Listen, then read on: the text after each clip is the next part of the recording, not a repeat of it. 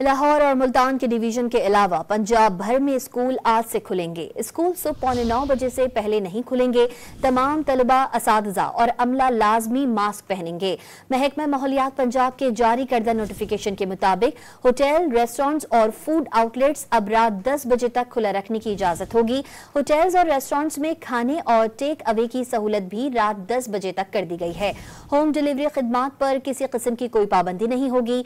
ताहम outdoor sports और दीगर गैर निसाबी सरगर्मियों पर पाबंदी रहेगी।